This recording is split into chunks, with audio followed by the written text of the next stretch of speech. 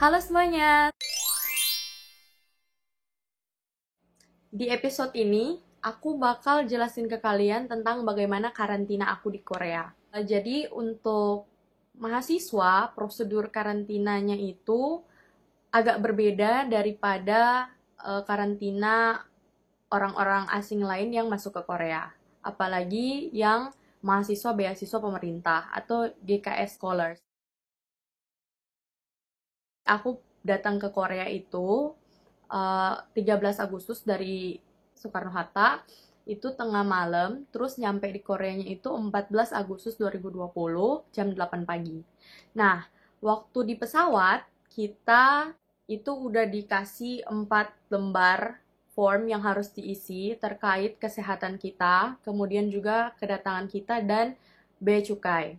Jadi, 4 form yang harus diisi ini tuh dibagikan dari pihak maskapainya supaya nanti pas kita turun di Korea itu kita tinggal ngumpulin aja. Pas udah nyampe ke bagian imigrasi, ternyata mereka tuh nambahin ada 2 pos. Aku nggak film sih, aku nggak shoot posnya ada apa aja karena aku juga agak capek dari penerbangan itu, jadi masih istilahnya ngumpul nyawa ya. Jadi nggak sempat ngerekam. Nah, tapi dari 2 pos ini, pos yang pertama itu ngambil kartu yang warna kuning yang kita dapetin pas lagi di pesawat. Dan itu udah diisi. Kartu kuning ini tuh tentang gejala-gejala kita, ada apa aja selama 14 hari terakhir, dan apakah kita ada kontak dengan orang-orang yang menderita COVID dan lain-lain gitu. Nah, setelah dari situ kita dicek suhunya pakai termometer tembak. Setelah hasil suhunya normal, kita lanjut ke pos selanjutnya. Nah, di pos selanjutnya ini kita yang datang ke Korea itu harus install aplikasi self quarantine yang dibikin sama pemerintah Korea. Dan pada saat kita registrasi di aplikasi tersebut, kita perlu memasukkan data seperti nomor paspor, nama kita siapa, terus alamat kita di Korea di mana, nomor telepon kita di Korea. Dan kalau aku kan mahasiswa, jadi aku kasih nomor koordinator mahasiswa aku di sini. Kemudian kita juga ditanyain gejalanya pas sampai di Korea seperti apa di aplikasi itu. Terus untuk menyelesaikan pendaftaran di aplikasi tersebut, kita perlu bertemu dengan petugasnya. Nah, jadi petugasnya itu udah duduk kayak apa ya, customer service gitu lah ya, formasinya. Terus pas kita nyampe di depan dia, dia bakal confirm pendaftaran kita di aplikasi itu.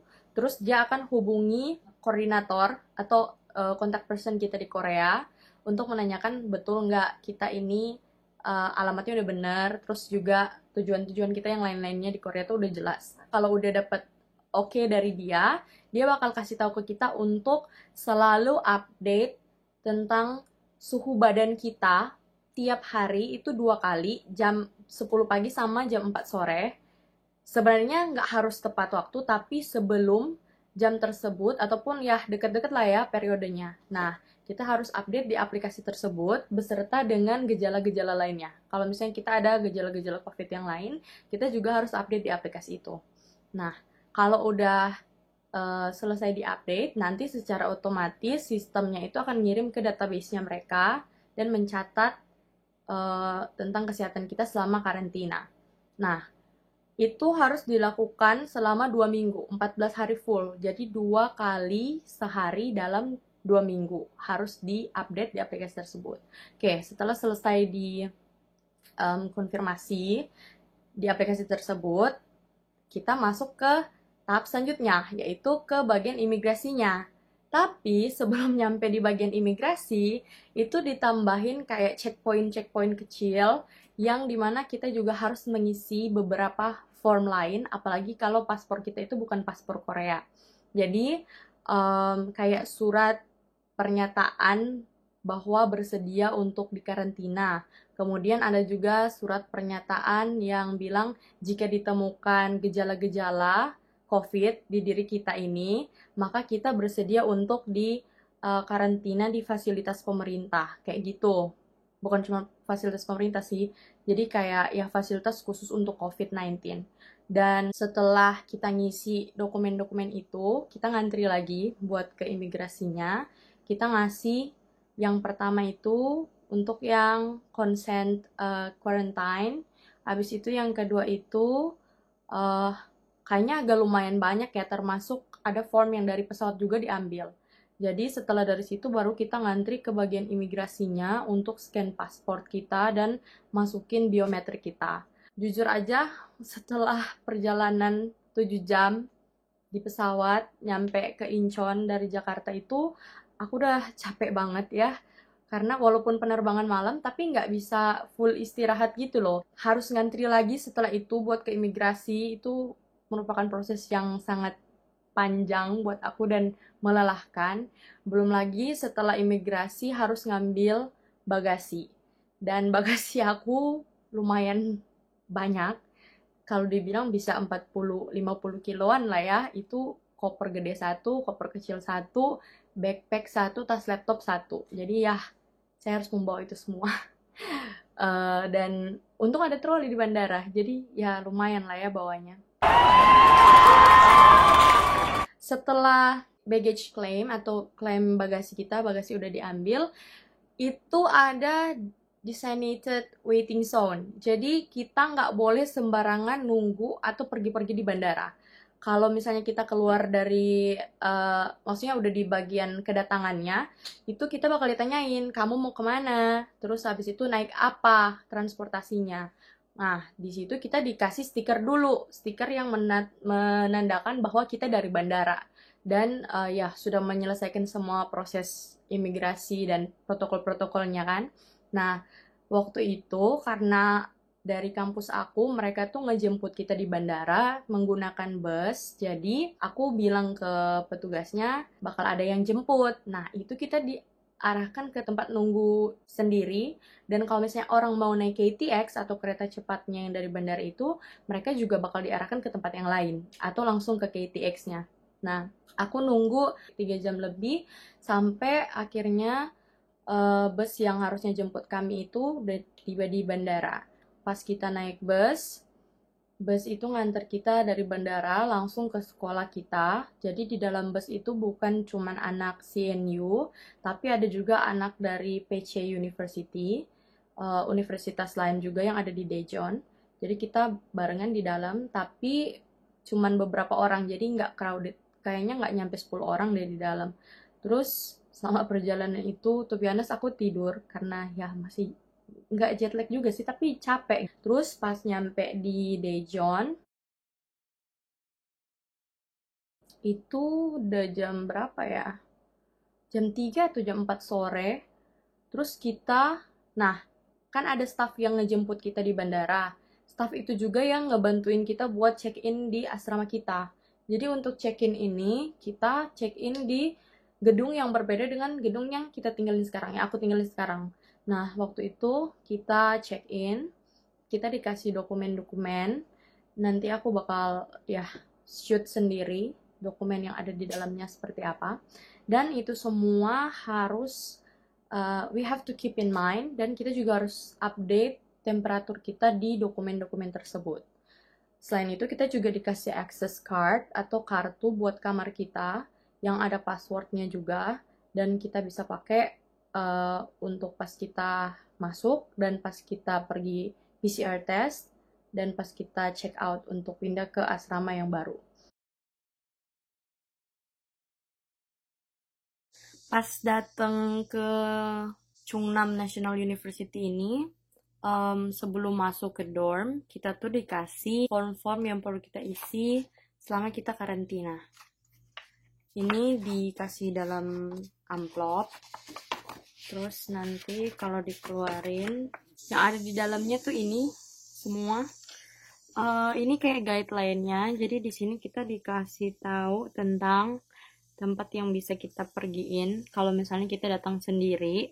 Kalau aku kan pas datang itu dijemput sama staff universitasnya, jadi kita langsung ditunjukin arah ke gedungnya, terus staffnya yang ngambilin barang-barang ini buat kita. Tapi kalau misalnya datang sendiri tuh dikasih tahu kalau kita cuman bisa ke lantai 1 di gedung 3 dan nggak boleh ke lantai 2-nya. Yaitu di lantai 1 itu ada kayak tempat security yang buat ngambil dokumen ini sama akses ke ruangan kita atau kamar kita masing-masing. Nah, terus ini nih dikasih highlight merah. Nggak boleh keluar selama 2 minggu. Jadi, bener-bener kalau di sini tuh karantinanya nggak boleh sembarangan, nggak boleh ngikutin maunya kita. Jadi kalau udah dikasih tahu untuk stay di dalam kamar, berarti ya kita nggak bisa keluar selama 14 hari sebelum karantina kita itu udah selesai. Nah, kemudian di sini juga dikasih tahu pembagian makanannya. Jadi kita tuh terima sarapan jam 9 pagi, jam 12 siang buat makan siang, sama jam 6 sore buat makan malam. Nah, semua makanan itu tuh ditaruh di depan pintu kamar masing-masing. Jadi kita tinggal ngambil di situ. Dan pada saat kita keluar pun harus terus pakai masker. Walaupun cuma buka pintu doang, tetap harus pakai masker. Dan dikasih tahu juga kalau misalnya kita bakal dikasih barang-barang pribadi lainnya, kayak tisu basah, sanitizer, itu bakal dikasih semua. Terus ini, nah kita harus kirimin dokumen kita, form persetujuan untuk tinggal terpisah ya, kayak di isolasi gitu, dan harus segera dikirimkan pada saat kedatangan. Aku udah kirimin, sama untuk temperatur kita tiap hari itu harus juga segera dilaporkan ke koordinator kita. Nah, oke, ini juga akses buat wifi-nya. Ini guide yang aku bilang kalau misalnya datang sendiri. Nah, ini consent form-nya yang ada dalam bahasa Mandarin, ada dalam bahasa Korea juga. Ini yang namanya epidemiologic survey. Ini peta kampusnya. Nah, ini yang harus aku isi tiap hari nih. Laporan suhu tubuh aku. Oke, dikirimin ke PIC-nya. Tanggal 17 itu, ya hari kemerdekaan Indonesia, aku dan beberapa teman lain yang Korean Language Program ini, kita diantar untuk PCR test.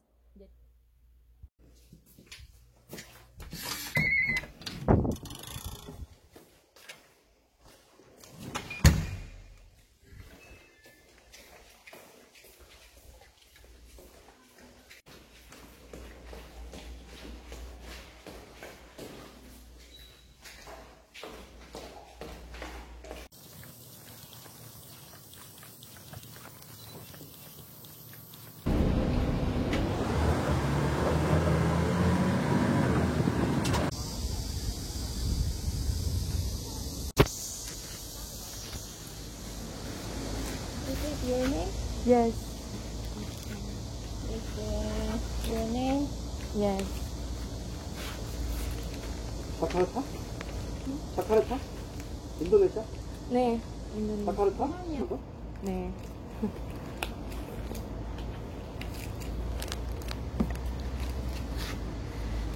아, 아, 아.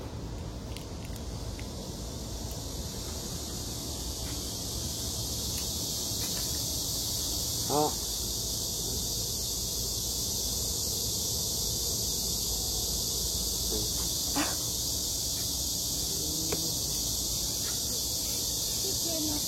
Oke.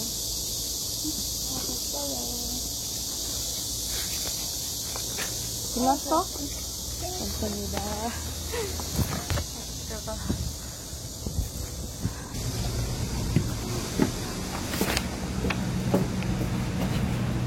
My good.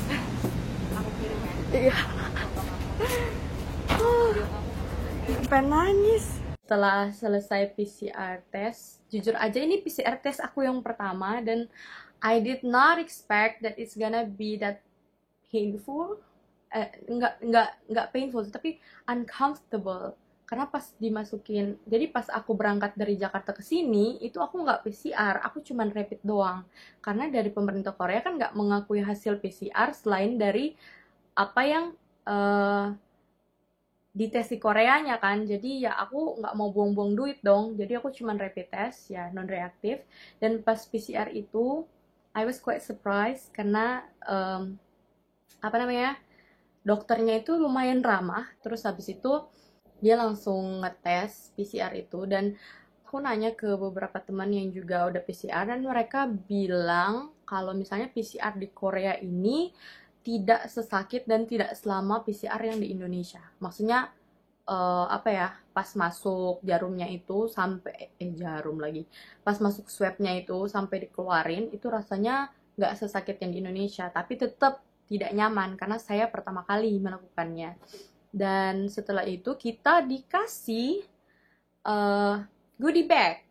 Kita dikasih goodie bag, dan goodie bag ini em, berisi beberapa hal penting yang harus kita gunakan selama masa karantina. Aku juga akan masukin videonya supaya kalian bisa lihat.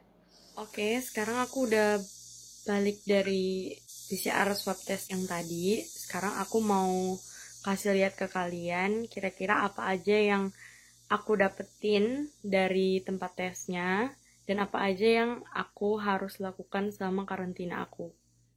Nah, ini kita dikasih paper bag. Di dalam paper bag ini ada barang-barang yang aku perlukan dan juga dokumen-dokumen yang perlu aku isi.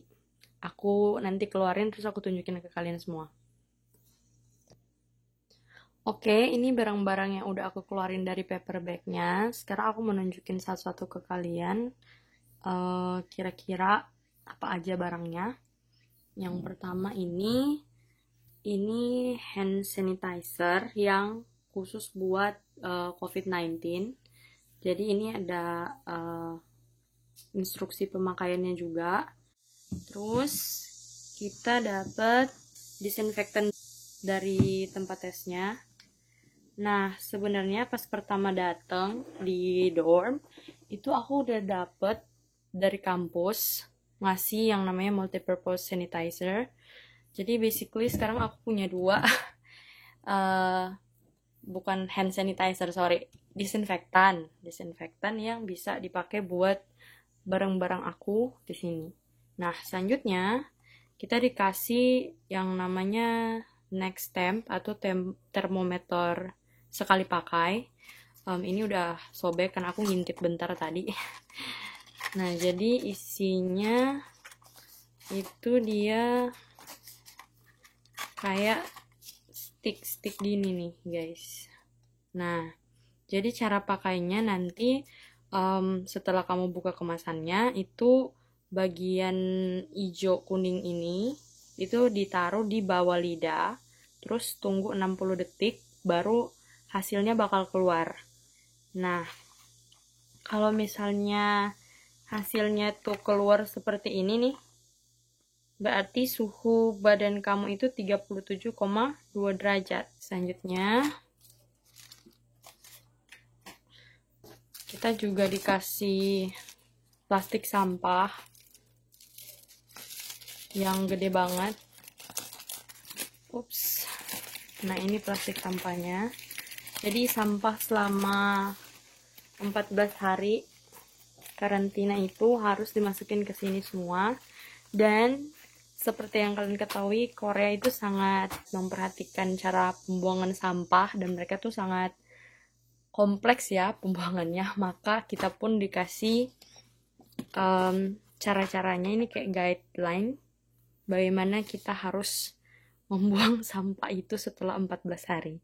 Oke, karena aku belum mulai program bahasa Koreanya, jadi to be honest ini harus pakai Bixby dulu biar bisa di-translate, biar nggak salah ngertiinnya juga.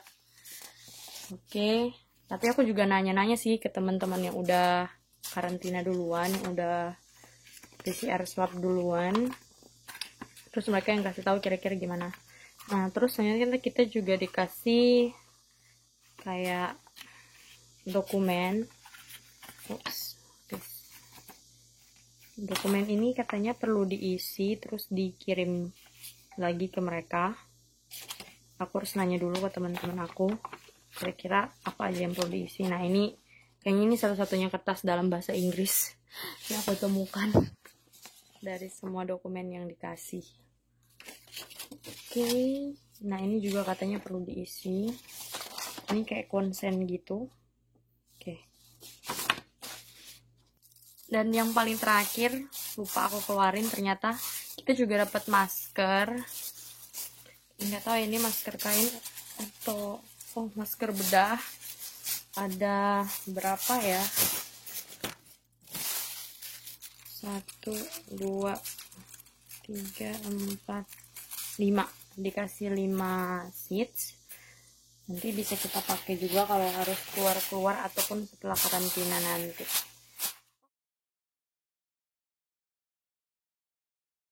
Untuk keseluruhan karantina aku, jujur aja aku puas banget dengan apa yang di-provide atau disediakan di asrama dari institusi bahasa aku, karena kita makan sehari aja 3 kali guys, dan porsinya itu jumbo semua.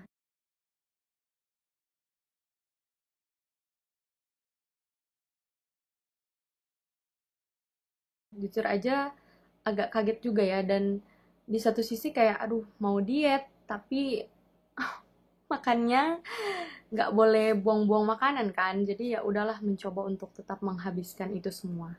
Cuman gara-gara kita udah PCR test dan kita dikasih satu kantong plastik warna warna oranye, jadi kita sudah tidak bisa lagi membuang makanan-makanan kita ke depan kamar. Jadi harus disimpan dalam kamar selama 14 hari. Oke. Kalian mungkin akan lihat prosesnya di video aku yang satunya lagi, yang rutinitas aku selama karantina, A Day in My Quarantine's Life. Terus abis itu apa lagi ya? Oh iya, jadi sebelum jadi pas hari pertama nyampe itu yang udah jam 4-an lebih, ya pas pertama masuk kamar, itu kamar kita masing-masing itu single occupancy. Jadi 1 orang 1 kamar. Walaupun settingannya untuk 2 orang, tapi 1 orang 1 kamar. Dan kita langsung disediain makan malam. Sama besok paginya kita dianterin goodie bag. Jadi selama karantina ini I have 2 goodie bags. Yang pertama ini adalah goodie bag yang berisi snack, disediakan oleh pihak asrama. Snack, jus, sama apa lagi ya? Snack, jus, Pepsi, kayak gitu-gitu kan. Sebenarnya ini pas pertama datang ada 2, ini juga ada 2. Itu Chocopie-nya ada 5 apa 6 kalau nggak salah. Ini wafelnya juga ada 6. Ya, tapi udah beberapa aku makan-makanin. Karena nanti pas kita selesai karantina, kita nggak boleh membawa ini semua ke asrama baru, kamar baru di asrama kita nanti untuk alasan kesehatan. Jadi itu peraturan dari dormitory atau dari asramanya. Nah, selain goodie bag itu, kita juga disediakan 1 lusin air mineral ukuran 500 ml. Ukuran 500 ml, sama ramyeon, kopi instan, sama gelas kayak paper cup gitu. Terus di dalam kamar ini kita dapat kamar mandi dalam. Ya, nah kamar mandi dalamnya ini lumayan gede sih buat aku. Terus juga ada hot waternya, jadi bisa mandi pakai air panas. Jadi segala kelelahan di hari pertama pas nyampe itu lah lumayan ya, hilanglah kelelahan itu kan udah mandi air panas. Terus kita disediain bantal, selimut, sama spray. Nah, spray ya, kita disediain itu semuanya dari kampus. Tapi nanti kalau misalnya sama ini juga pemanas air ini loh, kettle gitu. Nah ya, water heater ya, nggak water heater, kettle buat air ya, kita dapat itu disediain. Tapi nanti kalau udah selesai karantina semuanya harus ditinggalkan, nggak boleh kita bawa. Oke. Nah, berbicara tentang selesai karantina, Jadi nanti semua yang kita dapatkan di awal kita datang di asrama ini nggak bisa kita bawa juga ke asrama baru kita. Termasuk hand sanitizer, disinfektan, apalagi ya ini. Oh ya, snack-snack yang kita dapetin itu nggak boleh dibawa semua. Harus ditinggalkan di ruangan ini. Oke, jadi yang tempat sampah tempat sampah orange itu kita buang sampah, terakhir kita keluarin pas mau check out, sama juga barang-barang yang lain ini ditinggalkan di sini, nggak boleh dibawa kemana-mana. Oke, kayak gitu. Jadi aku baru 1 minggu, ini aku syuting di hari ke-7 aku di Korea, dan masih ada 1 minggu lagi, ya 1 minggu lagi masa karantina aku. Nanti di hari terakhir karantina, aku bakal kasih kalian room tour ruangan karantina aku seperti apa, kamarnya kayak gimana, supaya kalian bisa dapat bayangan kira-kira karantina di Korea ini seperti apa. Selain kepuasan terhadap fasilitas dan juga pelayanan dari asrama di kampus, aku juga sangat mengapresiasi pemerintah Korea yang menyediakan ataupun mereka kelihatan begitu siap gitu untuk mengontrol penyebaran dari COVID-19 di Korea. Dan segala prosedurnya ini jujur aja nggak ada yang menyulitkan, tapi bener-bener bener-bener gampang untuk diikuti dan sangat efektif juga sih sebenarnya. Karena kalau misalnya ada karantina-karantina kayak gini kan mereka lebih gampang kontrol, mereka lebih gampang memantau persebarannya, terus juga kasus-kasus yang baru muncul dari orang asing itu mereka bisa tahu semuanya kan. Jadi bener-bener salut sih sama pemerintah Korea.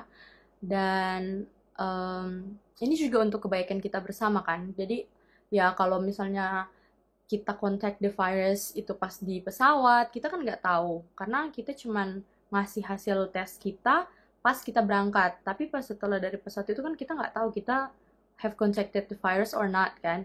Ya thank God aku sampai hari ke-7 ini masih sehat, dan hasil PCR aku juga dikasih tahu sama koordinator kalau hasilnya negatif. Jadi I don't have COVID-19 in my body, thank God.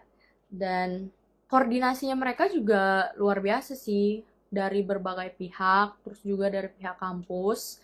Mungkin kalau mau dibilang puas sepuas-puasnya enggak juga, karena dari pihak kampus aku agak gimana ya. Jadi gini, cuman ada satu koordinator yang ngurusin kita semua mahasiswa asing, yang kita tuh ada 60-an orang di sini. Dan itu juga agak sedikit telat mereka nunjuknya, karena yang seharusnya jadi PIC kita itu keluar, jadi dia baru kayak substitute-nya gitu, penggantinya gitu kan. Dan jujur aja begitu banyak informasi yang seharusnya kita dikasih tahu lebih awal, baru taunya setelah udah di sini. Aku sih enggak, tapi beberapa teman-teman aku dari negara lain kayak gitu, mereka baru taunya setelah mereka udah di sini. Dan mungkin ya dari pihak kampus mungkin bisa lebih persiapannya lah ya, untuk karena ini juga bukan dalam kondisi yang aman normal, tapi ya dalam pandemi, jadi mungkin mereka masih ya it could be better. Tapi kalau dari pemerintah Korea aku salut banget sih sama tindakan pencegahannya mereka. Okay, I think that's all for this episode, for this video, and don't forget to check on my previous videos, my introduction, perkenalan aku sama yang rutinitas aku selama karantina. Jangan lupa dicek supaya kalian bisa dapat gambaran yang lebih jelas tentang bagaimana karantina aku di Korea ini. Okay, so see you again on the next videos. Bye! Sampai jumpa!